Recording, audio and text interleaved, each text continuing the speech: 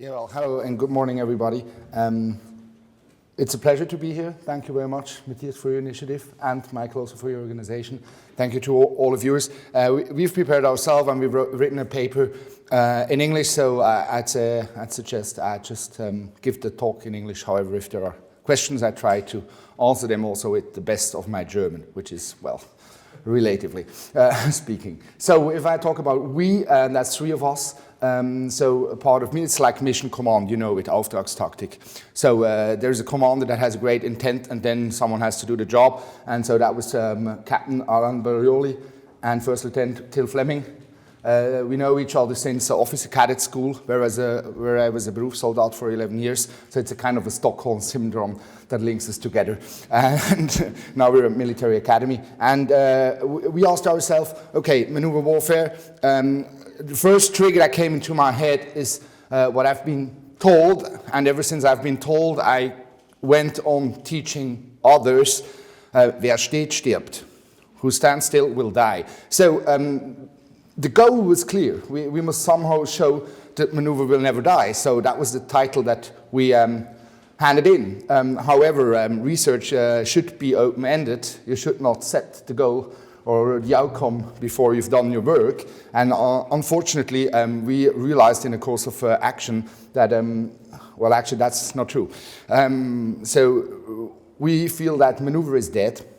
I'm sorry, also for the tank guys amongst you. Maneuver is dead, but it may be revived. And the question is how that it may be revived. So we shifted a bit, and I'd like to talk you how we feel that we could overcome it. And therefore, we served ourselves by a concept that is very well known in business literature. It's the concept of a competitive advantage.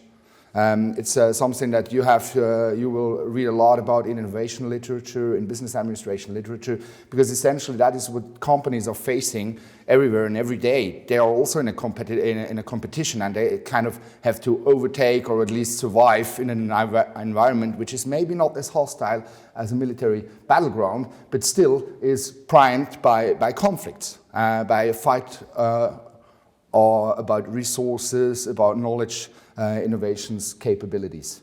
Okay, so before we start, I'd like to make two limitations. We just limit ourselves to the question of strategic decisions, which is maybe a bit steep for 3 infantry officers, but we try to do our best. Why this? We started to think in the very first place that, well, in a kind of, we were not really sure whether attrition and maneuver, as it is often opposed, really belongs to the same level. Because attrition has this strategic approach of how to get to the goal of the war, whereas maneuver often tends to trickle down. I mean, you have to have a maneuverist approach. Who stands still will die, and so on. And so also defensive must have its offensive elements. But we, by the end of the day, we said, okay, no, it's really what we want to answer is the strategic question. So we try to do this. And then, of course, military is not the only power. So you have different concepts that are behind. So you may take the American understanding that there is diplomacy, there is information, there is military, and there is economics as powers the state can affect. And all of these, of course, have an impact in the outcome of the war. And nevertheless, we restrict ourselves to the military power. Or you may also talk about domains, not the domains of multi-domain operation, but rather about the Pimenzi domains. And here again, we really like to narrow down to the very question of what does it mean to the military. And this limitation on the strategic level, though, should not be seen too harsh or too strict, because I may give you an example. It's the same as between the game between offense and defense. I mean, offense and defense kind of work together. You need defensive actions to prepare or to create good conditions for your offensive actions. And even though if Switzerland is probably the country the most committed to defense only, nevertheless, we all have to train attacks in some way at different levels. And so if maybe your army or the armed forces as a whole is defending, you will nevertheless have need of a mechanized division that is able to attack.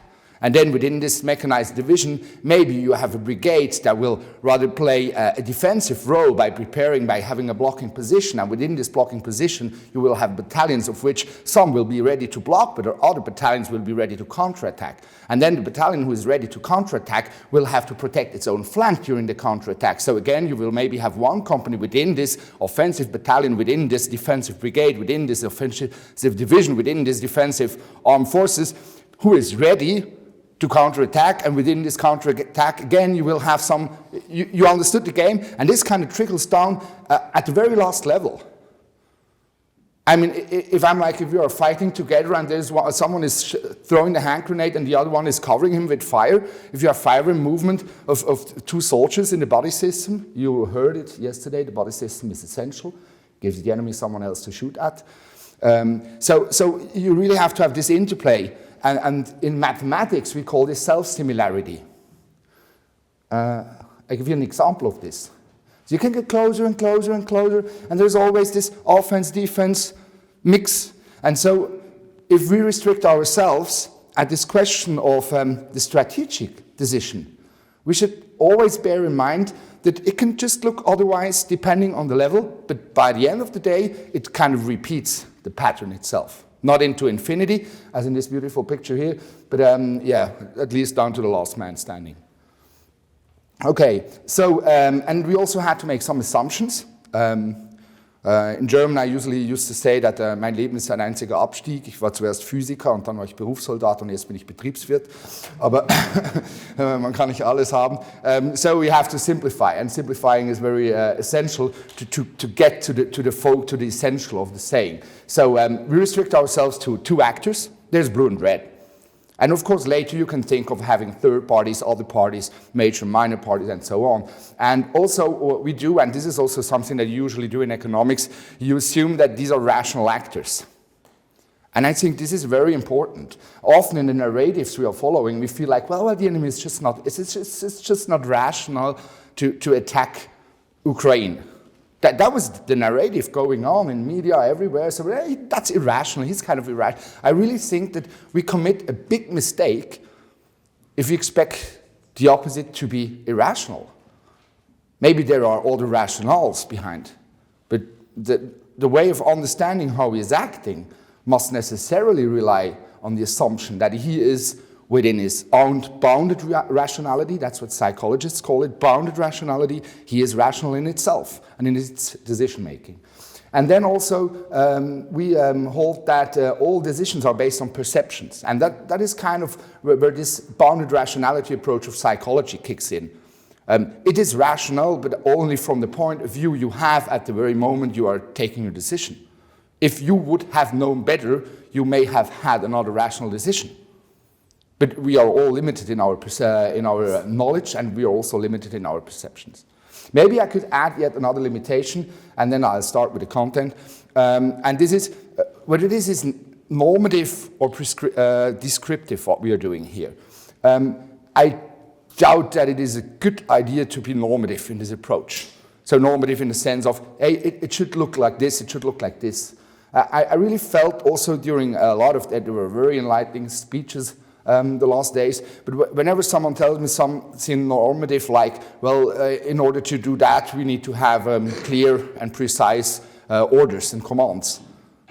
Well, okay, have you ever heard the opposite? So like, okay, we don't do maneuver, we do attrition, so we need to have unclear and messy orders and commands. No, of course not. So that's very hard, and our contribution as military academies, I'm convinced, is not to be too normative, but maybe to be reflective on what we are saying. So that's yet another approach, and that's why you will read theses. So this is not, it's like this, or it should be like this, but we just put forward what could be possible. And by the end of the day, as you say, tactics is what you say, but the proof is the fight. And maybe you may take one or two of these assumptions or theses we are putting forward and then reflect it within an empirical work and within an empirical study. That would be the best outcome of today. So Clausewitz, I learned that's very important. So I read once that Clausewitz himself, he said that whenever you held a PowerPoint presentation, you have to either cite me or Sun Tzu. So I followed the suggestion of Clausewitz, and I saw with this point here, it's about force ratios. You may be familiar or not with this. This is very strong, and there has been a lot of debate on whether this is still accurate, whether this is generalizable over the course of more than 2,000 years, whether is it obsolete. But if you check to the numbers we have, like all the numbers, 3 to 1 to attack, and then to delay, it is a 6 to 1, and so on. And this is kind of a similar approach that has been realized in all China already. And when you see this, 10 times the strength, 5 times the strength, double the strength, that has all some maneuverist touch, I dare to say. In the case of when equal in strength, be capable of engaging him in battle. That's a kind of a neutral approach, I dare to say, as a Swiss. Engage him in battle. Well, is this offensive? Is this defensive? Or it's just like, well, do the battle. And then when inferior in strength, be capable of defending, so that the role now switches. And the very last one, we'll come back to the one, if you really cannot match your opponent's strength. So I wouldn't say run away, but maybe hide. Yeah, so we'll come back to a hiding. So this is a first approach, thinking about force ratios, and we digged a lot in different regulations, and we found one that is outdated in a way, but I feel like it points to some essential point of the understanding between maneuver and attrition that hasn't been discussed yet. So this was written in a British military doctrine from the 90s, that generally, maneuver warfare aims to apply strength in the form of firepower against weakness, in contrast to attrition, where strength tends to be applied against strength. So let's just take this as an assumption or as an idea on how we could also look at the picture of or the difference between attrition and maneuver. So here depicted in another way, you can see, and now it gets in what we call claimed as assumptions, perceptions. So whenever we perceive the enemy to be weaker than we are, we dare to do a maneuverist approach. If this is not the case, we tend to hit into an attritional approach. What would this say? Well, this could explain a lot, and it's about explaining what we observe in reality. We were talking about this, so the campaign, the campaign that Russia started in February 22 was based on the assumption that the enemy is weaker. It was a perception. It turned out to be a misperception, but it was a perception. And this was this very perception that called him to go into this operation, to have Ukraine down within a couple of days, within a special military operation. And only once that reality overwhelms you and you realize that apparently your perception has been wrong, proved to be wrong, you kick into attrition. Now, this dichotomy we have here may also be used to just explain why most of wars are started in a maneuverist approach. Well, usually you start a war when you are convinced that you are stronger. You perceive the enemy to be weaker. And the question is whether in this short period of time you match to do it, or you realize that you were wrong, or just the story shifted, and then you fall back to an attritional approach. So, it's not complete, because the enemy can be perceived as being stronger, or as being equal in strength, or as being weaker, equal in strength, or being weaker. And we were asking ourselves, what could then be the third option? And what we suggest also with reflections to Sun Tzu is guerrilla warfare could yet be another strategic approach that just complements this dichotomy into a triad. So this is a thesis we put forward, and I happily invite you then to reflect this and to maybe have a look at different campaigns we've seen in the last century to see whether this could actually happen or not. Well, we suggest that it is reasonable to understand what we are seeing. So if blue perceives red to be weaker, the strategic choice will be maneuver warfare. If they are perceived equal in strength, it will be attrition. And if you really realize that your enemy is stronger than you, you may fall back into guerrilla tactics. There has been an operational debate in the Swiss armed forces during the 50s and the 60s, where we essentially asked ourselves the question, how to answer a potential invasion by the Warsaw Pact. And one of the suggestions was kind of like a guerrilla tactics. Well, we didn't call it guerrilla tactics, but just the basic assumption that we won't stand an armed forces attack from the east anyway, so we'd better prepare ourselves to hide and then to counteract. And one of the literature pieces that few of you or most of you may already have heard of is Major von Dachs Kleinkriegsanleitung für jedermann. That's a nice title, so you will find it by the time. It was restricted at no, it was even on the index. It was forbidden in a lot of countries, but nowadays you will find a PDF online, and it's very illustrative. Yeah. Well, the conception of the Swiss Armed Forces then decided, no, we want to be able to have a maneuverist approach, we would say. We didn't use the term though, but have the other element as a fallback option in case of an invasion where the enemy succeeds in conquering Switzerland.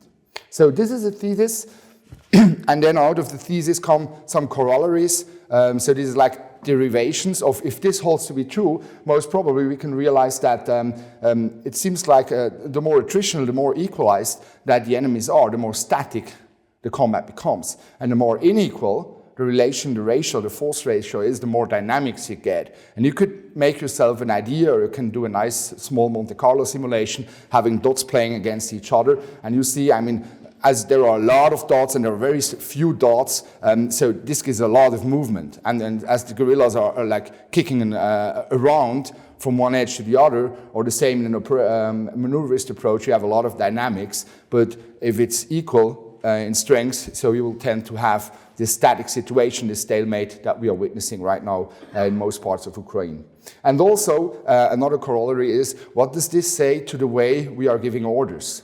So our suggestion is to understand it like this. You need to have independency, you need to have freedom in action at all levels in a dynamic situation. Whereas in a static situation, it may be very helpful to have a very crucial detailed plan that just tells everybody what to do, because the situation won't move that much. So you may have more synergies coming out of very scrutinally planning operation, combined arms operations and so on, which is more easily or more feasible in a static situation than in a dynamic one. Yes, so we suggested that the enemy, both blue and red are behaving rationally, and this now leads to the question, when is it time to shift your strategy?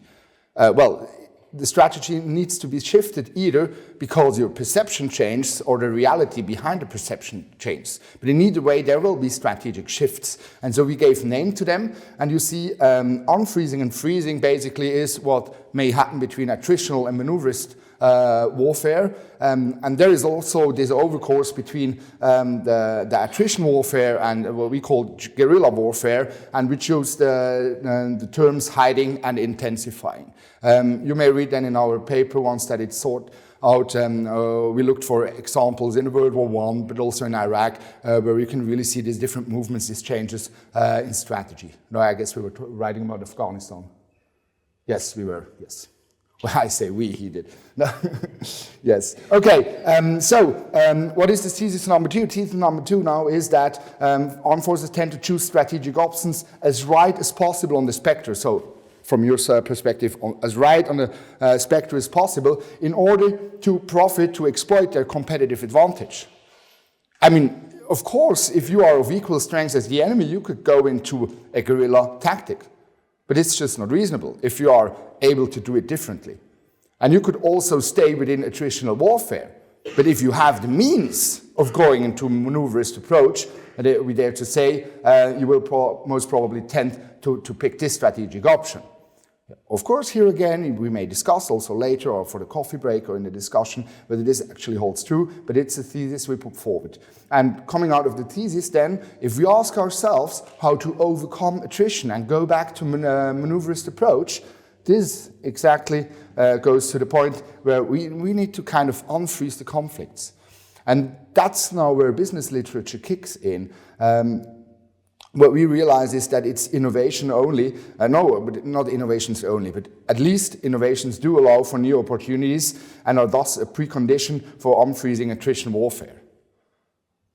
So this maybe is a bit steep, but you will see on the next slide how we come to this, and it's closely linked to the term of competitive advantage. If you don't have a competitive advantage, you have a disadvantage or you have competitive parity, and you need to overcome it. How do business companies overcome competitive parity or competitive disadvantage? Through innovation. That's what's happening in a free market society. There's a paper, Barney, 1996, which is one of the most cited papers of all times. It has been cited more than 106,000 times. That's quite incredible, I feel. That's a firm resource approach to a sustained competitive advantage. And Barney said that with the acronym CRIO, that your capacities, capabilities, they need to reflect 4 characteristics. So they need to be valuable. I mean, imagine if you want to have a pizzeria, and you don't have any valuable capabilities. You don't have an oven, you don't have a cook, so you won't sell pizza. You are in a strong competitive disadvantage. But once you have an oven, a pizza oven, that's a value. That's a value to your business. And the question is now, well, is this value, this can give you comparative parity to the other restaurants in your city. The question now is it rare what you have? Maybe it's the only pizza oven in the whole town. That could give you a competitive advantage. Yet the next question is, well, could others copy your strategy, your innovation? Yeah, they could build a pizza oven as well. So it's imitable. It's not inimitable. If it's not inimitable, then it's not sustainable as an advantage, because sooner or later the enemy will have it as well. And the last one is the organizational support. Is your organization able of exploiting this advantage? Yes or no? Here, the pizza example gets a bit, it's too simple to show that you really need to have organizational support, but imagine if you don't have wood to fire your oven, so there is no organizational support, so once that the fire burns out, it will not last your advantage. We can now transform this into the military realm, and we will just change one letter in the acronym, not talking about value, but talking about combat value. So does a particular resource or skill or capability add combat value so that the armed forces is allowed to exploit this advantage?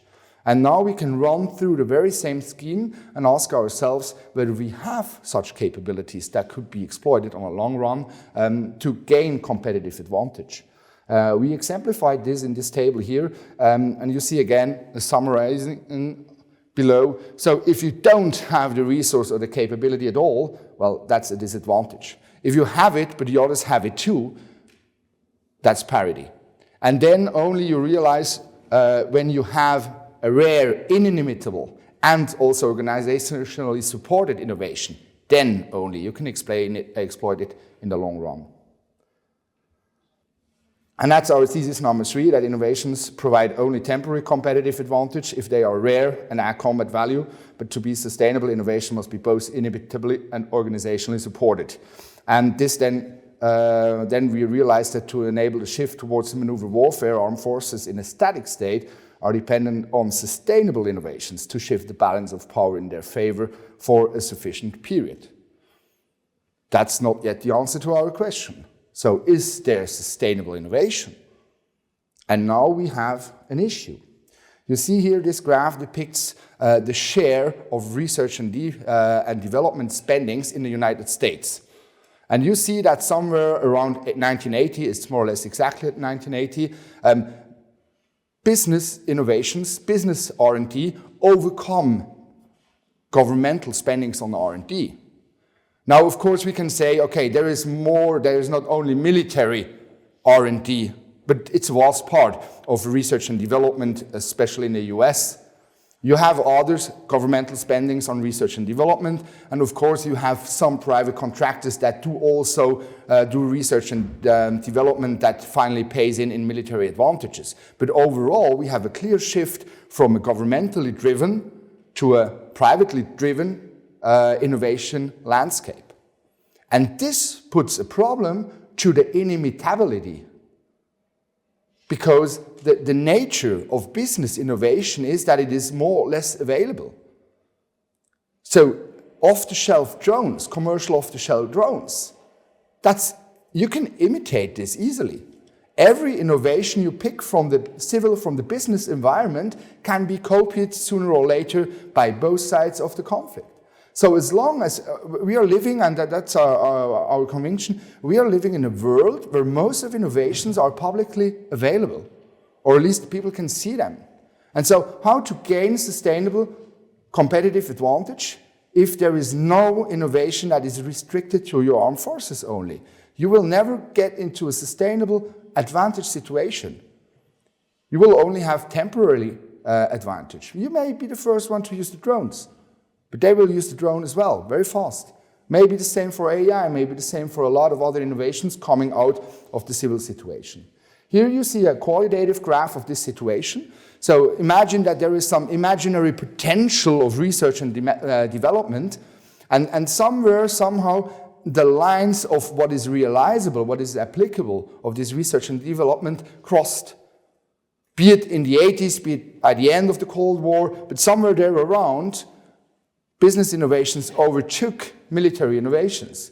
So as 50 years ago, innovations flew from the military realm into civil society.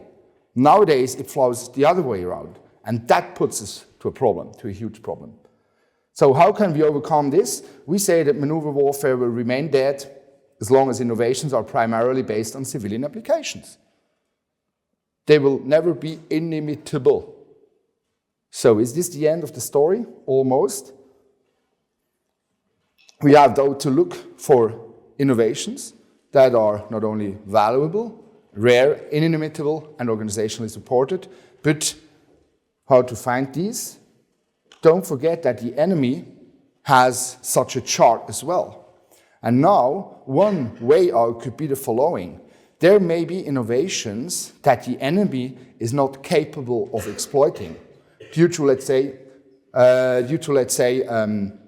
cultural reasons. So maybe our decentralized way of decision-making, which is just another way for mission command, is something that just culturally, I dare to say, doesn't fit with the Russian understanding of the man and its relevance within the culture. So if we are able to exploit advantages out of the fact that we have freed citizens in our armed forces, we have people that are taught to think freely and independently, this could create some sort of advantage. I mean, I've been introducing commercial off-the-shelf drones within my battalion just 1 month ago.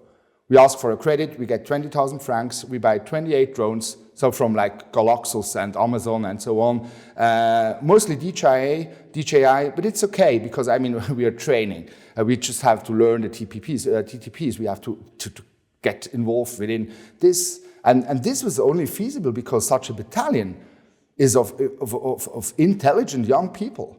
I mean, I had a private with a master in electrical engineering, I had a sergeant who is a lawyer. I had all these people, that's a product of the militia system, or reserve system in Switzerland. So we just grouped them, I grouped them into a research cell within my battalion staff.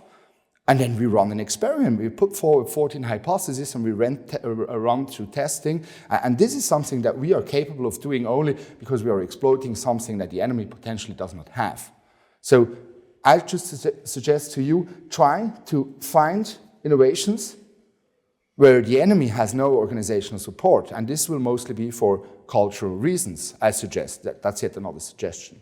And if you find such innovations and we are able to exploit them, then it becomes inimitable from our perspective, because what is not organizationally supported on the red side will become inimitable on the blue side, and this will essentially lay the base for sustainable competitive advantage.